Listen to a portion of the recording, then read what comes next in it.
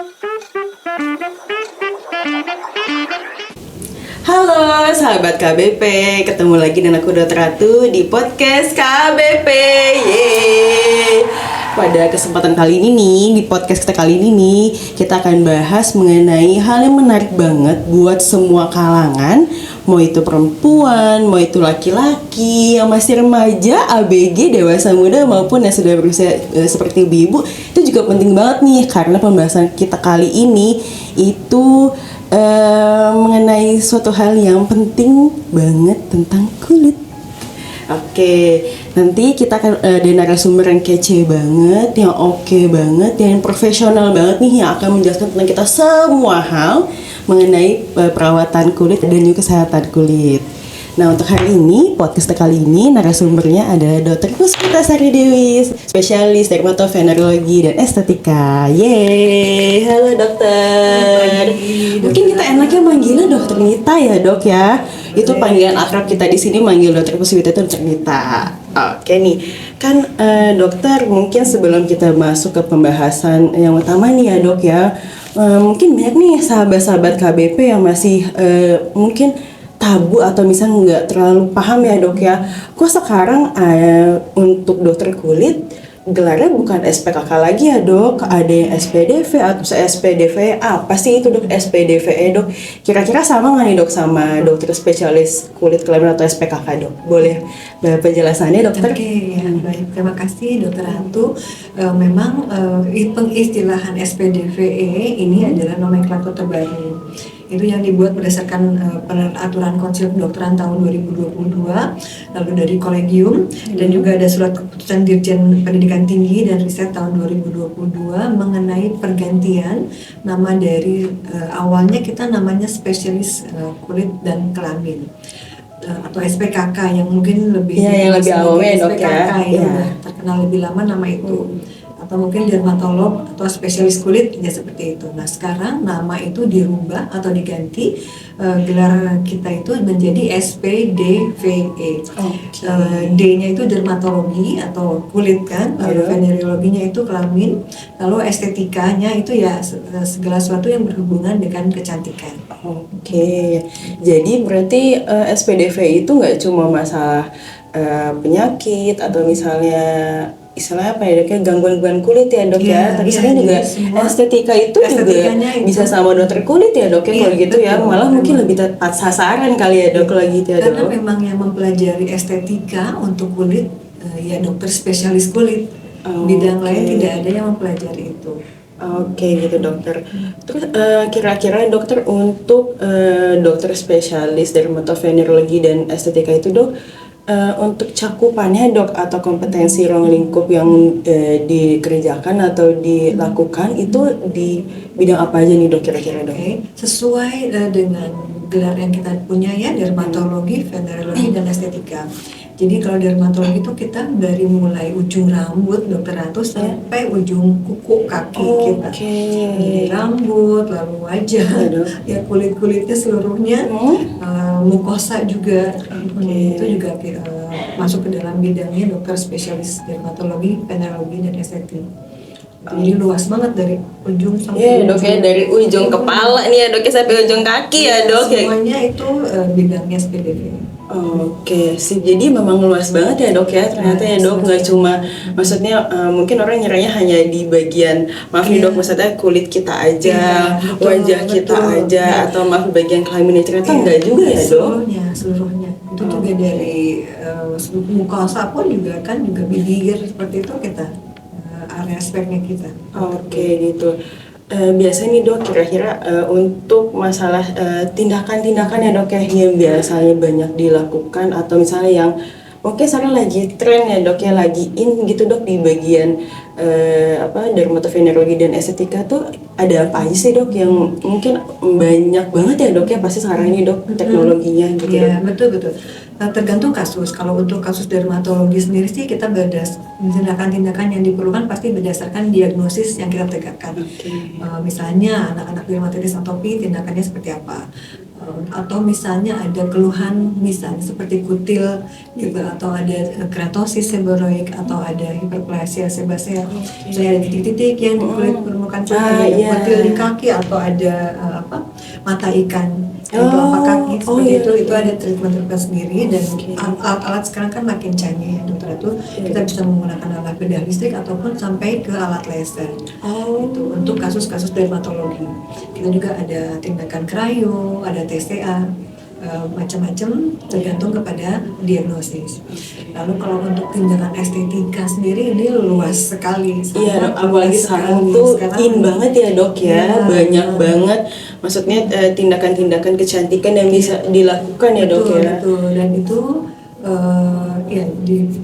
kita semua mengikuti ini ya, kebutuhan seluruh masyarakat, keinginan, karena kan dengan seiring bertambahnya tahun itu sekarang sepertinya orang tuh makin aware ya, makin bahwa ternyata kita tuh bisa live tampilan kita muda tuh lebih lama gitu. Nah, itu yang ingin dipertahankan gitu. Iya, apalagi sekarang itu bisa dibilang menjadi kebutuhan ya dok ya, kebutuhan baik yang masih remaja, dewasa muda, apalagi maaf dok, maksudnya yang sudah berusia pun itu juga penting banget ya dok ya, gitu kan. Which is sebetulnya kan memang sebaiknya kita mulai sejak awal ya. Jadi tapi juga kalaupun tidak dimulai dari awal nggak pernah ada kata terlambat kan. Iya sih dok. Tetap bisa kita usahakan untuk tampil tetap segar, tetap cantik, tetap percaya diri kita tetap kita pertahankan lebih panjang. Iya dok, apalagi sekarang tuh mungkin ya dok, kalau istilahnya teman-teman dan mungkin di luar sana tuh yang penting saya pengennya mukanya itu glowing gitu ya dok ya, glowing putih terus udah gitu brightening abis gitu ya dok ya. Makanya kan banyak banget nih dok yang istilahnya pakai krim gitu untuk pencerah, untuk biar mukanya glowing gitu kan. Sudah itu ada tindakan-tindakan yang dilakukan untuk mempertahankan muka atau tetap kencang ya dok ya. Terus udah gitu mukanya cerah, apalagi kalau misalnya udah mukanya ada sesuatunya gitu kan, pasti kayak kita worry banget, aduh kok tampang aku jadinya kurang kece gitu kan ya dok ya. Cuma satu titik doang ya? Iya, dok, satu titik doang kayak itu bermakna banget di muka gitu ya dok ya. Iya benar, betul ya. Memang karena itu tadi ya, mungkin banyak sekali iklan-iklan yang beredar di masyarakat, beberapa edukasi yang mungkin kadang-kadang itu tidak selalu benar gitu. Contohnya seperti kita memang harus mengetahui ya bahwa pemakaian sunscreen atau tabir surya itu sangat penting. Tapi bukan berarti dengan pemakaian tabir surya itu kita bisa kayak bebas seharian gitu di sinar matahari tanpa pengaman yang lain. Karena apa yang kita harapkan dengan hanya satu lapis krim di atas permukaan kulit kita, lalu kita terpapar sinar matahari berjam-jam, itu ya kan kita berkeringat gitu ya, terus udah kita terhapus air juga kadang-kadang setelah wudhu. Jadi krim itu nggak akan bisa sepenuhnya mengcover kulit kita, butuh bantuan yang lain, seperti misalnya kita menggunakan kacamata hitam, kita pakai payung, kita pakai masker untuk kondisi tertentu. Itu membantu supaya kulit kita tidak terekspos dengan sinar matahari secara langsung. Oke, dok. Jadi emang penting banget ya dok ya pakai sunscreen itu ya dok ya, apalagi zaman sekarang itu sinar UV-nya wah dahsyat ya dok ya. Makanya kan jadi penting banget ya dok ya pakai sunscreen. Ini dokter, kan selain sebelum sunscreen biasanya kan ada krim-krim nih dok yang biasa dipakai.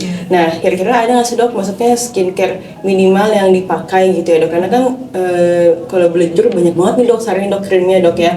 Istilahnya di Indonesia itu udah banyak produsen-produsen kecantikan ya dok ya, gitu, kecantikan ya kosmetika gitu ya dok ya, yang mengeluarkan krim yang istilahnya bilangnya ya untuk mencerahkan, jadi glowing, menjaga kesehatan kulit, menjaga barrier kulit gitu ya dok ya.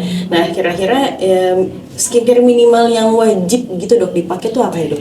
Yang minimal dipakai ya seperti biasa dokter, atau dari tahun ke tahun, zaman ke zaman pasti ya. Pertama kan kita pilih yang mencuci, cairan untuk mencuci wajah, itu. Lalu pelembab bila diperlukan pada kondisi tertentu, lalu juga tabir surya tadi. Itu sebetulnya yang basic banget minimal. Tapi ada additional. Sekarang itu yang banyak beredar di pasaran itu adalah krim-krim ya untuk perawatan tadi. Nah, itu tuh Untuk ya kan dong. ada yang untuk perawatan itu berbagai fungsi. Ada yang untuk mengobati jerawat ya berdasarkan usia sih. Misalnya kita usia teenage atau belasan tahun biasanya dia ada keluhannya yang paling banyak itu jerawat. Iya, anak remaja itu jerawat ya dok ya. Krim-krim untuk mengatasi jerawat. Naik dari situ krim-krim yang mungkin ingin lebih ya glowingnya, glowing effect dan terawat seperti itu. Atau ada keluhan-keluhan misalnya ada flek hitam sesuai usia dan mulai muncul flek hitam atau ada garis-garis halus atau kerutan. Jadi berdasar pemilihan krim-krim tadi pasti berdasarkan kebutuhan yang dialami oleh seseorang. Nah, sebaiknya untuk pemilihan krim-krim tersebut selalu disesuaikan dengan kondisi kulit. Karena tidak ada satu jenis krim yang bisa berfungsi seperti sapu jagat gitu. Jadi sering banyak yang menjanjikan ya bahwa satu jenis krim atau sabun misalnya itu bisa ngobatin jerawatnya, flek hitamnya gitu ya. Untuk kerutan itu sama sekali tidak benar kalau kita mengerti bagaimana patofisiologinya, kenapa kok bisa jadi berjerawat, kenapa bisa timbul kerutan gitu. Jadi tidak bisa diselesaikan oleh satu jenis krim. Nah itu gitu, dan juga setelah itu kita harus berhati-hati saat kita membeli produk kosmetik. Memang sekarang kan sangat ini ya dokter itu beredar. Kita tinggal klik gitu di handphone. Kita tinggal buka toko oranye, toko hijau, yang mana nih dok ya? Tinggal klik aja. Tinggal klik gitu kan. Iya. Nanti kita lihat, modelnya cocok benar gitu ya. Sebetulnya kan itu yang namanya iklan ya dokter. Belum tentu orang itu memakai itu.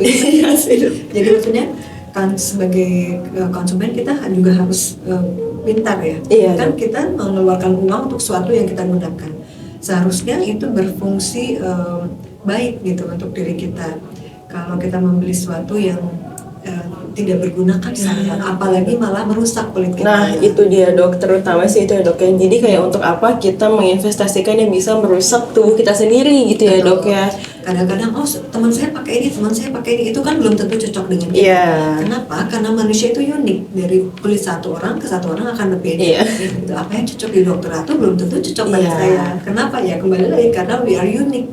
Masing-masing kita punya karakteristik kulit sendiri. Oke. Jadi ya sahabat-sahabat KBP, belum tentu nih semua krim yang beredar itu pasti cocok untuk semua teman-teman gitu. Seperti tadi dokter Nita bilang, belum tentu nih krim yang cocok di muka aku gitu, cocok di muka dokter Nita, atau krim yang cocok di muka dokter Nita belum tentu cocok di muka aku. Begitupun juga kalian, karena menurut dokter Nita tadi udah dibilang kan, we are unique gitu, karena human itu beda-beda banget keadaan kesehatannya, kondisi kulitnya. Jadi krim yang harus kita beli itu harus disesuaikan sama kondisi kulit kita pada saat ini. Jangan sampai nanti malah jadi merusak ya dok ya, malah jadi merugikan kita yang tadi kita mau menginvestasikan untuk keadaan kulit kita biar lebih sehat, biar lebih glowing lah ya, kasarnya ya dok ya. Yang penting kan glowing nih ya. Itu kan pasti pengen seperti itu. Jangan sampai malah yang udah pernah ada contohnya dok ya, karena salah pilih krim ya dok ya, dia malah kulitnya jadi menghitam tuh dok. Iya betul, itu banyak kasusnya dokter Ratu. Jadi beberapa waktu yang lalu ya ada di TV juga beredar sih, jadi di satu rumah produksi dan dia sudah terkenal, ternyata dia memproduksinya ada campuran tepung dan pewangi. Ya ampun dokter, udah kayak mau ngadon kue ya dok. Kuenya wangi. Kuenya wangi. Ya itu yang harus hati-hati ya. Kembali lagi karena sebetulnya produk-produk kosmetika itu sebaiknya selalu membeli di kayak official store-nya. Ya dong. Ya kan? Jangan dengan iming-iming misalnya harganya lebih murah yang ini, pilih yang ini. Padahal bukan asli dan apa kandungannya juga kita nggak tahu. Iya dok ya. Produk kosmetik seperti itu harus hati-hati. Serem banget ya dok ya. Jadi sekarang tuh istilahnya mungkin ya kayak jahatnya gitu ya, orang untuk maaf nih dok, misalnya ada tujuan lain, akhirnya dia melakukan segala cara agar tujuan itu tercapai gitu ya, tapi malah jadi merugikan banyak orang gitu ya dok. Jadi memang yang harus mengontrol ya diri kita sendiri gitu. Kalau kita membeli produk kosmetika ya usahakan kita tahu dosanya apa gitu, lalu dari official store, dan kita tahu juga kandungannya apa. Itu selalu ngecek di BPOM ya. Itu penting banget tuh dok, itu penting banget ya dok, yang cek di BPOM ya dok ya, karena sekarang itu mungkin orang-orang banyaknya karena hasil review, ya dok betul. ya, review iklan, jadinya mungkin tidak memperhatikan BPOM-nya gitu ya dok ya. Oh ini berhasil berapa? 1 dari 1. Ya kan kalau keberhasilan tingkat tinggi itu kan berarti harus sudah diuji coba kepada populasi yang cukup banyak. Iya dok ya, jadi memang penting banget nih ya sahabat-sahabat KBP gitu dalam pembelian atau misalnya penggunaan krim untuk kulit apapun kecantikan itu harus diperhatikan juga nih kandungannya, terus kemudian apakah sudah terdaftar di BPOM karena itu udah pasti aman untuk kita pakai itu terutama ya dok ya. Nah dokter, dengan krim tersebut nih dok, mungkin ada nggak sih dok bisa disebutkan beberapa kandungan yang itu tuh harus diperhatikan nih sama sahabat-sahabat KBP kalau misalnya mau beli krim, jangan sampai maafin dok kayak tertipu gitu ya dok ya sama krimnya gitu, jadi nggak salah pakai, nggak salah beli gitu dok. Ya tentunya yang paling berbahaya sampai saat ini dan masih beredar itu yang produk yang mengandung merkuri. Iya dok. Itu pasti nomor 1, yaitu list paling atas agar kita berhati-hati. Iya dok. Gitu. Memang kadang-kadang kita tidak sadar bahwa produk itu mengandung merkuri gitu ya. Jadi yang harus kita lihat mungkin secara kasat mata kita bisa melihat warnanya, dokter Ratu. Oke. Ya, Warnanya gimana? Warnanya tuh gonjreng banget, kayak kuningnya tuh kuning nyala banget, atau kehijauan gitu. Hijaunya tuh bener-bener yang ya pasti kayak spotlight gitu. Jadi itu ya kadang-kadang itu kita nggak sadar kan ya, oh ini kayaknya aman, terus dipakai kulit langsung automatically putih cerah dalam waktu singkat. Nah kalau sahabat-sahabat menggunakan krim dan hasilnya langsung cerah ya dalam waktu kayak pulang dari 2 minggu, itu sebaiknya mencurigai ya. Karena apa? Biasanya seharusnya kalau produk-produk yang normal itu dia tidak akan membuat kulit kita cerah dalam waktu sesingkat itu. Iya. Pasti akan ada proses. Kenapa ya? Kulit akan mengikuti kulit kita gitu. Jadi akan ada proses yang harus kita alami perlahan. Dia akan menjadi cerah, tapi tidak akan dalam waktu secepat itu. Jadi nggak ada instan ya dok ya, semua pakai proses gitu, dan kembali lagi ke kondisi kulit masing-masing juga ya dok ya buat proses itu ya dok. Terutama untuk produk-produk yang mencerahkan kulit ya, itu yang harus lebih berhati-hati. Jadi singkat banget, tapi begitu dia dipakai jangka panjang, perlahan kulitnya kayak keabuan. Setelah keabuan, hitamnya tuh yang susah banget. Oke, yang sekarang ada itu ya dok ya, udah ada tuh contohnya sahabat-sahabat KBP mungkin yang main Instagram, main TikTok pasti udah tahu tuh ada, maksudnya udah ada contohnya dok yang satu muka menjadi menggelap gitu ya dok ya, dan itu malah nanti treatmentnya malah lebih susah ya dok.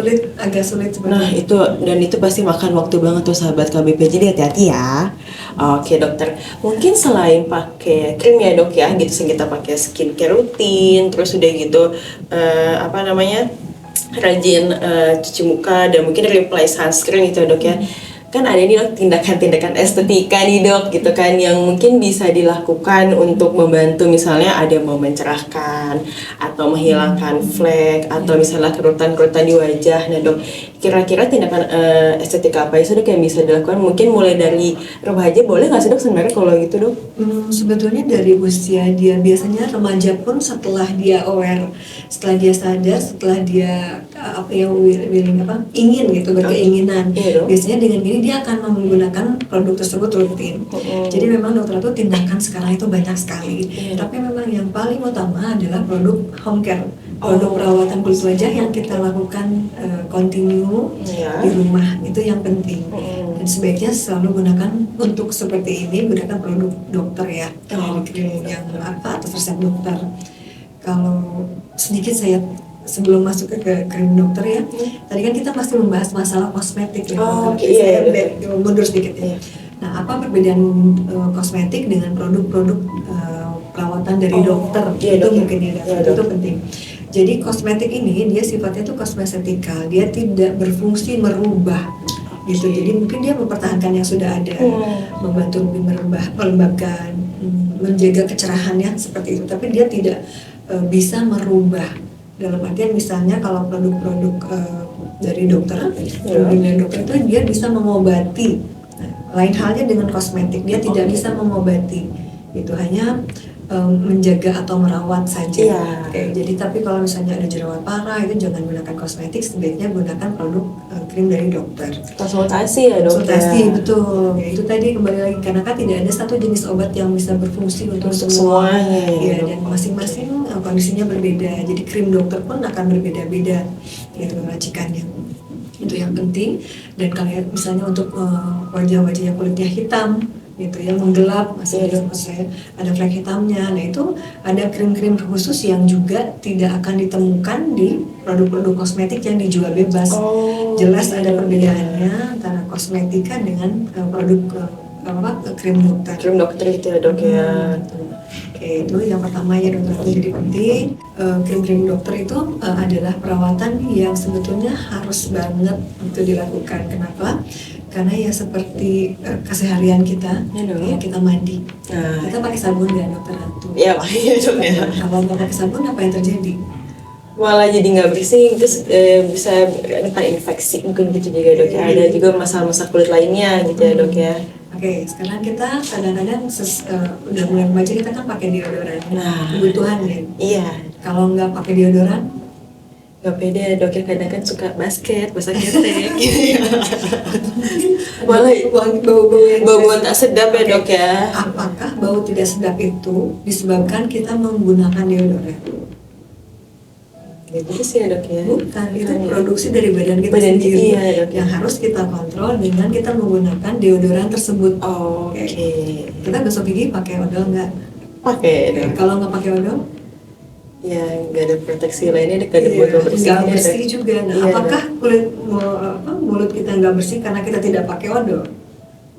Bukan, tapi karena ada produksi dari badan kita sendiri yang ya. harus dikontrol dengan pemakaian odol tadi gitu. Okay. Sama halnya dengan pemakaian krim-krim dari dokter. Itu krim dokter ini membantu mengatasi merawat kulit wajah kita. Seandainya misalnya kita stop memakai krim tersebut, biasanya kulit kita akan kembali lagi. Sama hal seperti kita nggak pakai deodoran, bau badan lagi. Kenapa? Karena tidak dikontrol. Sama juga wajah kita pun seperti itu. Jadi ada produk-produk dokter yang bisa membantu untuk mengatasi masalah-masalah kita. Tapi begitu kita berhenti, biasanya kembali lagi. Iya dok ya. Jadi malah jadi kayak nggak dapet nih dok ya, maksudnya untuk jadi memang perawatan ya, itu diperlukan. Iya. Jadi itu bukan suatu istilahnya kan ada yang bilang ketagihan pakai iya dok, biasa banyak kayak sama gitu dong, kita dok. pakai deodoran ketagihan. Iya Jadi dok. bukan seperti itu.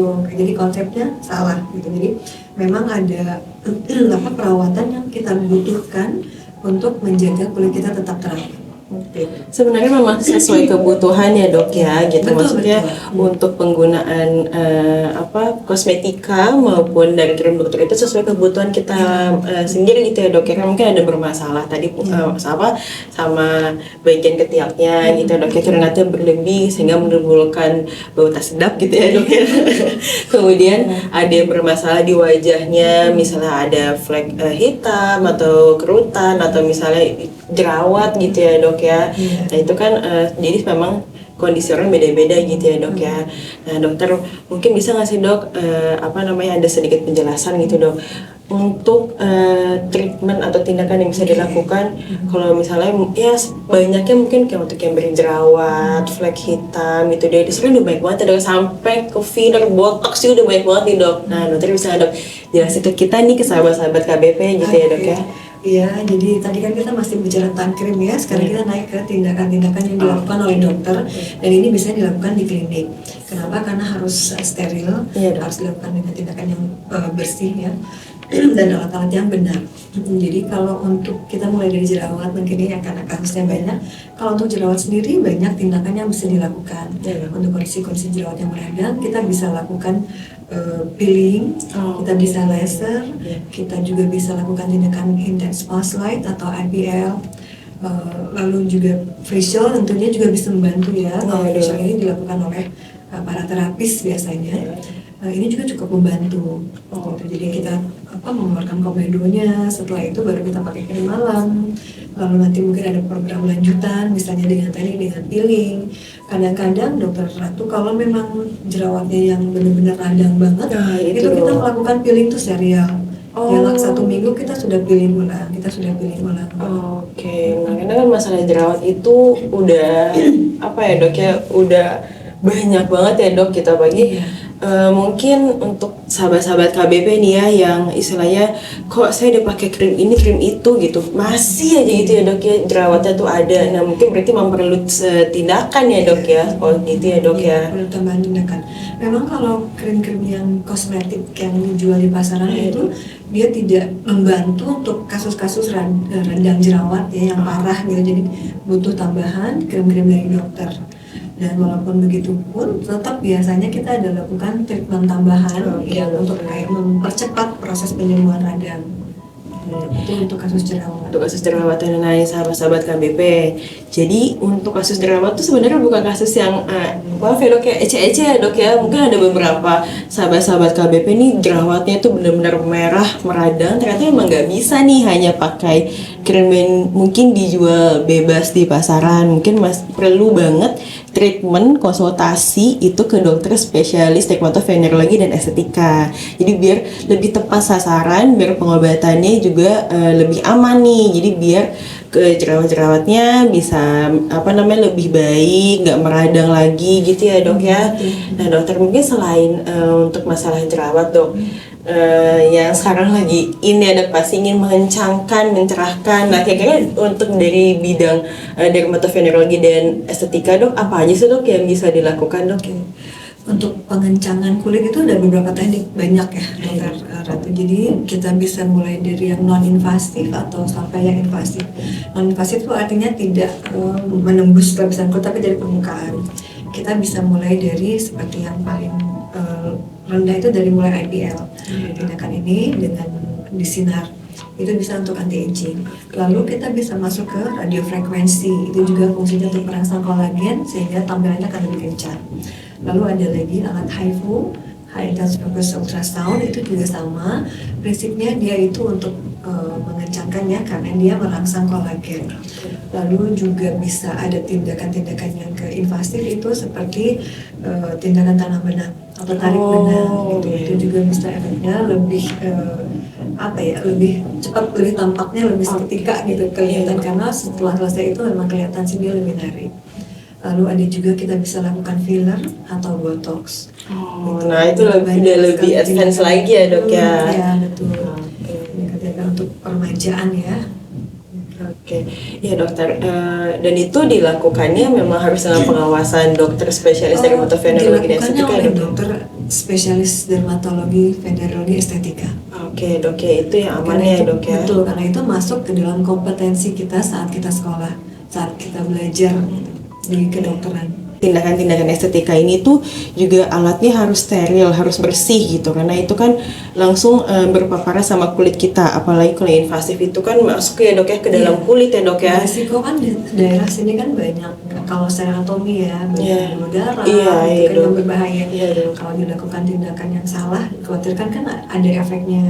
Ya dok ya bener banget tuh. Jadi sahabat-sahabat KBP kalau misalnya ada masalah di kulitnya gitu ya, itu memang harus dengan pengawasan dokter yang tepat ya gitu, dokter spesialis dermatovenerologi dan estetika.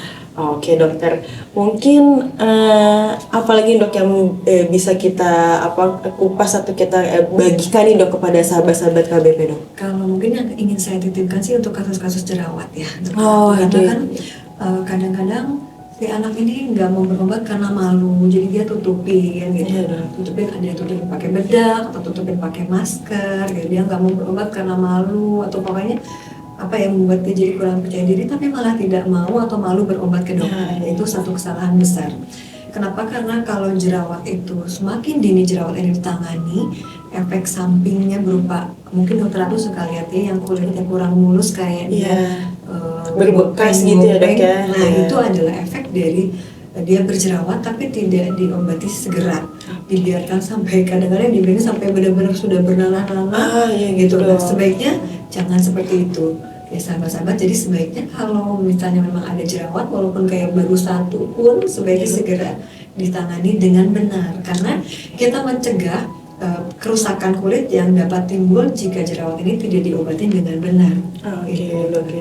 Jadi bukan semata-mata karena untuk estetikanya aja ya, Dok ya, tapi memang kita nggak khawatirkan efeknya. efeknya. Karena Efek kan kalau kedepannya, Dok, sudah ya. berlubang itu treatmentnya agak lama gitu. Nah, butuh waktu lagi tuh sahabat-sahabat KBP kalau misalnya kita telat untuk mentreatment ya, Dok ya. Betul. Hanya jerawat aja ternyata bisa kemana-mana loh ya, gitu ya, Dok ya. Jadi memang harus diperhatikan banget nih sahabat-sahabat KBP gitu untuk masalah kesehatan kulit kita. Minimal karena jerawat aja itu bisa efek kemana-mana ya, Dok ya.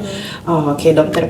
Mungkin segmen kita udah panjang banget ya, Dok ya. Nah, ada untuk menutup nih, Dok ya, kira-kira ada nggak sih, Dok, pesan-pesan yang sahabat-sahabat KBP ini, Dok, perlu tahu banget gitu, Dok ya, dan perlu meng-highlight, memperhatikan banget gitu untuk masalah kulit kita gitu, Dok? Intinya sih karena pembicaraan kita kan hari ini tentang permasalahan kulit ya, perawatannya. Jadi sebaiknya bila ingin memperbaiki kondisi kulitmu, kalau menggunakan kosmetik, carilah kosmetik yang aman, yang terdaftar di BP POM tentunya. Tapi jangan berharap bahwa produk kosmetik ini akan merubah kondisimu. Jika seandainya ada sesuatu yang memang butuh perubahan atau penanganan lebih lanjut, selalu konsultasikan kepada dokter spesialis kulit atau SPDVE supaya kalian bisa mendapatkan terapi yang benar-benar tepat, tailored, disesuaikan dengan kondisi kulit kalian masing-masing. Oke deh, dokter.